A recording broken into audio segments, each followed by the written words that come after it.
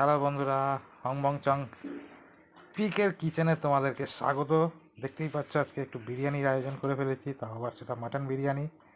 ও, বিরিয়ানিটা যখন করে নামানো হলো, জাস্ট দেখো বন্ধুরা কি লাগছে অপূর্ব।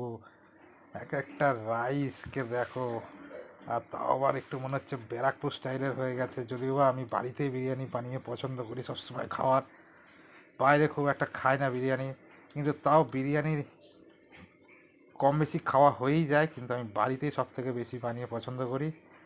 বিরিয়ানিটা দেখো গাইস, খালি কীরকম লাগছে। উফ, মটনের টুকরোটা দেখো, যদিও বা ছোটো করেই কাছে, বাড়ির তো খাওয়া তাই চলে যায়। তো রাইসগুলো দেখেছো, রাইসগুলো দেখো, উফ, হলুদ কালার, সাদা একটু একটু চাল, তার মধ্যে আবার ব্রাউনিশ ভাব, সেই লাগছে সেই। আর দেখতেই পাচ্ছ আমি এখানে দিচ্ছি সবাইকে বেড়ে। আমার ছেলে আছে, ছেলে তো আবার বলছে সাইড থেকে চিকেন বিরিয়ানি খাও বাবা, চিকেন বিরিয়ানি। তো যদিও বা এটা চিকেন বিরিয়ানি না, এটা মাটন বিরিয়ানি।